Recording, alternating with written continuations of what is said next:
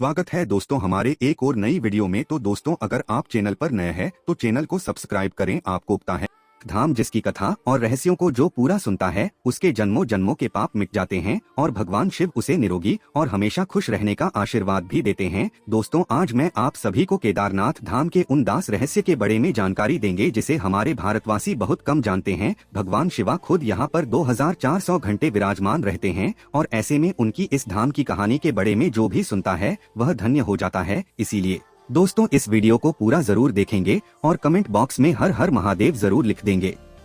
तो चलिए इस वीडियो को शुरू कर लेते हैं। पहले रहस्य केदारनाथ धाम का रहस्यमयी निर्माण। केदारनाथ मंदिर का निर्माण बड़ी बड़ी पत्थरों चट्टानों शिलाखंडों से किया गया है। इन शिलाकरों को आपस में जोड़ने के लिए इंटेल लॉकिंग तकनीक को अपनाया गया है जिसमें कहानी भी सीमेंट इत्यादि का प्रयोग नहीं किया गया है। अब इसमें सबसे बड़ा रोचक तथ्य और ऐसे ही है जो केदारनाथ धाम से समुद्र ताल से 22,000 फीट की ऊंचाई पर स्थित है। इतनी अधिक ऊंचाई पर इतनी विशाल शिलाखंड को पहुंचाना और फिर उन्हें एक के ऊपर एक रखकर इन तुलोकीन करना किसी मानव के लिए सक्षम नहीं दिखता। आज तक इस रहस्य का खुलासा नहीं हो पाया कि आखिर इतनी भारी पत्थर को इतनी ऊंचाई पर लाकर भी तलाश कर कैसे मंदिर की शक्ल दी गई होगी, खासकर ये विशालकाय छठ कैसे खंभों पर राखी गई होगी। दूसरा रहस्य है केदारनाथ धाम की भौगोलिक स्थिति। केदारनाथ धाम में एक तरफ करीबन 22,000 फुट केदार, दूसरी तरफ 21,600 फुट ऊंचा खर्च कुंड और तीसरी तरफ 22,700 फुट ऊंचा भारत कुंड का पहाड़।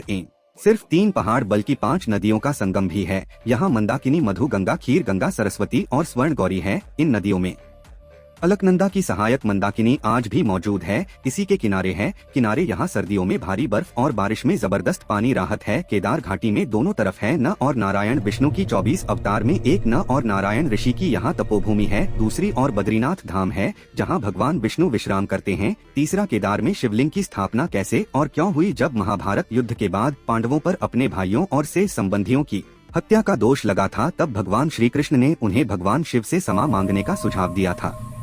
लेकिन शिव पांडवों को क्षमा नहीं करना चाहते थे, इसीलिए वो पांडवों के सामने नहाने के लिए बेल यानी नदी का रूप धारण कर लिया और पहाड़ों में मौजूद मवेशियों में छिप गए थे। लेकिन गदाधारी भीम ने उन्हें देखते ही पहचान लिया। तब भगवान शिवा का दर्शन अपने के लिए पांडवों ने एक योजना बनाई और भीम ने विशाल रूप धारण करके अपने दोनों पर केदार पर्वत के दोनों ओर फैला दिए। सभी पशु भीम के पर के नीचे से गुजर गए, लेकिन भैंस के रूपी भगवान शिवा भीम के पर के नीचे से नहीं निकले। तब भगवान शिवा को पहचान कर उसे भैंस को पकड़ना चाहा तो वो भैंस धरती में सामने लगा। तभी भीम ने भैंस का पिछला भाग कसकर पकड़ लिया। भगवान शिवा पांडवों की भक्ति से प्रसन्न होकर दर्शन देकर पाप मुक्त कर दिया। कहा जाता है कि तभी से भगवान शिवा यहाँ भैंस की पीठ की आकृति के रूप में पूज जाते हैं। मान्यता है कि इस भैंस का मुंह नेपाल में निकाला जहाँ भगवान शिवा की पूजा पशुपतिनाथ के रूप में की जाती है। चौथा रहस्य इस मंदिर का निर्माण किसने और क्यों किया। ऐसा कहा जाता है कि इस मंदिर के निर्माण के पहले यहाँ पर एक दूसरा मंदिर हुआ करता था जिसे पांडवों ने बनाया था, लेकिन वक्त के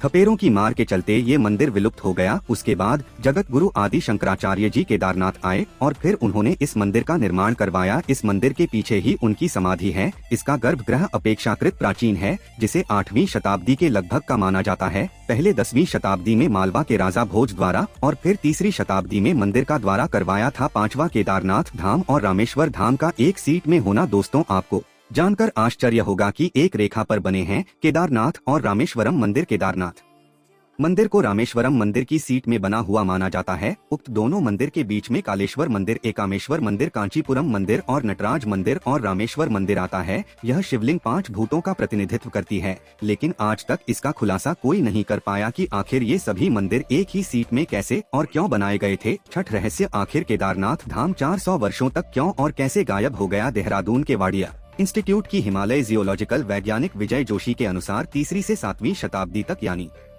400 साल का एक छोटा हिमयुग आया था जिससे हिमालय का एक बड़ा क्षेत्र बर्फ केंद्र में दब गया था। उसमें यह मंदिर क्षेत्र भी था। वैज्ञानिकों के अनुसार मंदिर की दीवार और पत्थरों पर आज भी इसके निशान देखे जा सकते हैं। दरअसल केदारनाथ धाम का यह इलाका चूड़ा बड़ी ग्लेशियर का ही एक हिस्सा है। वैज्ञानिकों का मानना है कि ग्लिसरों के लगातार पिघलते रहने व किस्ने के खिसकते रहने से आगे भी इस तरह का जल प्रलय या प्राकृतिक आपदाएं जारी रहेगी। 7वां केदारनाथ धाम का रहस्यमयी दीपक। दोस्तों केदारनाथ धाम के साथ साथ यहाँ मौजूद दीपक बहुत रहस्यमयी है। आपको जानकर आश्चर्य होगा कि ये दीपक 6 महीने तक नहीं पूछता। दीपावली महापर्व के दूसरे दिन शीत ऋतु में मंदिर के द्वारा बैंड कर दिए जाते हैं, लेकिन 6 महीने तक मंदिर के अंदर दीपक जलता रहता है। पुरोहित सम्मान के साथ पट बैंड करके भगवान के विग्रह एवं दांडी को 6 महीने तक पहाड़ के नीचे उकीमठ में ले जाते हैं। 6 माह के बाद मई में केदारनाथ के कपाट खुलती हैं, तब उत्तराखंड की यात्रा प्रारंभ होती है। 6 माह तक मंदिर और उसके आसपास कोई नहीं राहत, लेकिन आश्चर्य की बात यह है कि 6 माह तक दीपक भी जलता रहता है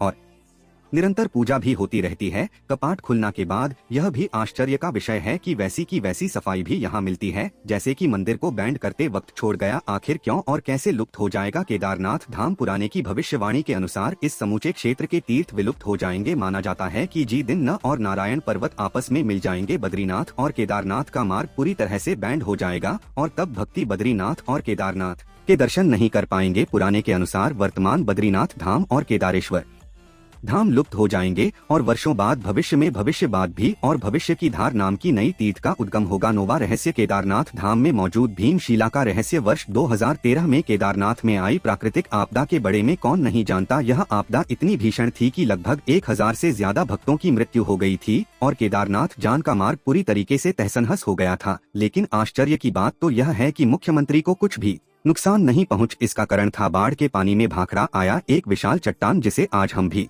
भीमशिला के नाम से जानते हैं। 2013 में गति के साथ केदारनाथ धाम मंदिर की तरफ बढ़ रहा था, तब उसे पानी के साथ साथ एक विशालकाय चट्टान भी मंदिर की तरफ बाटी हुई आई और ठीक मंदिर के पीछे आकर रुक गया। बाढ़ का पानी उसे चट्टान से टकराकर 2 भागन में बन गया और मंदिर के दोनों ओर से निकाल गया। इस कारण मंदिर को कुछ भी नुकसान नहीं हुआ था। ये एक चमत्कार था जिसे संपूर्ण विश्व में देखा था। 10वां रहस्य केदारनाथ धाम का रहस्यमयी साधु और एक भक्ति की सच्ची घटना। दोस्तों, आज से कई सालों पहले एक आदमी केदारनाथ धाम में भगवान शिवा के दर्शन करने आया। वो जी वक्त आया, उसे वक्त केदारनाथ धाम के कपाट बैंड होने वाले थे। उसने पुजारी से भोलेनाथ के दर्शन करने की इच्छा जाहिर की, परंतु पंडितों ने यह बोलकर उसे माना कर दिया कि केदारनाथ धाम अब 6 महीने के लिए बैंड कर दिया गया है। ये सुनते ही वह भक्ति बहुत दुखी हो गया, परंतु उसने अपने मन में यह संकल्प लिया कि जब तक वह केदारनाथ धाम के दर्शन नहीं करेगा वह यहाँ से हिलेगा नहीं। वो भूखे प्यास बर्फ के ऊपर बैठा रहा। रात हुई और थोड़ी देर के बाद एक साधु उसके पास आया और उसने कुछ खाने के लिए उसे भक्ति को दिया और फिर उसे साधु ने उसके सर पर हाथ फेरा। यह करते ही उसे भक्ति को नींद आ गई। वो भक्ति जैसे ही उठा तो देखा कि कुछ पंडित केदारनाथ मंदिर का दरवाजा खोल रहे हैं। ये देखकर वो मंदिर की तरफ भाग और पंडित से जाकर बोला कि आपने तो बोला था कि अब मंदिर के कपाट ठीक 6 महीने बाद खुलेंगे, लेकिन आपने तो एक ही दिन में इसे दोबारा खोल दिया। यह बात सुनते ही उसे पंडित के होश उड़ गए। उसे पंडित ने उसे भक्ति को गौर से देखा और कहा, तुम तो वही भक्ति हो ना जो 6 महीने पहले आए थे और दर्शन करना चाहते थे। उसे भक्ति ने बोला कि हाँ मैं वही हूँ, पर आपने तो कल ही मंदिर के दरवाजे बैंड किया थे, लेकिन 6 महीने के बाद आप क्यों बोल रहे हैं? पंडित ने पूछा कि मंदिर के दरवाजे बैंड होने के बाद तुम्हारे साथ क्या हुआ था, पहले तुम यह बताओ। उसे वक्त ने जैसे ही उसे साधु की बात कही कि एक अघोरी बाबा आए और मुझे खाने फल दिया और मेरे सर पर हाथ फेरा और मुझे नींद आ गई और मैं जब जग तो देख रहे हैं कि आप मंदिर का दरवाजा खोल रहे हैं। पंडित यह बात सुनते ही उसे भक्ति के चरणों पर गिर पड़ा और कहा कि आप जैसे शिव भक्त को मैं समझ नहीं पाया। भगवान भोलेनाथ ने समय चक्र को पाला, पल भर में आपके लिए 6 महीने आगे कर दिया ताकि आपको तकलीफ ना हो। दोस्तों, ये घटना बिल्कुल सच्ची है। भोलेनाथ तो भोले हैं, वो भाव के भूखे हैं, चाहे देव हो या दानव। जिसने उसे माँ से पूजा वो इसके हो गए। तो दोस्तों, ये थे केदारनाथ के 10 वो अनसुलझे रहस्य। वीडियो अच्छा लगे तो वीडियो को लाइक शेयर और हमारे चैनल तथ्य टीवी को सब्सक्राइब बटन को क्लिक कर बेल आइकॉन को प्रेस करना ना भूलें। तो चलिए मिलते हैं हमारे नए वीडियो के साथ। धन्यवाद।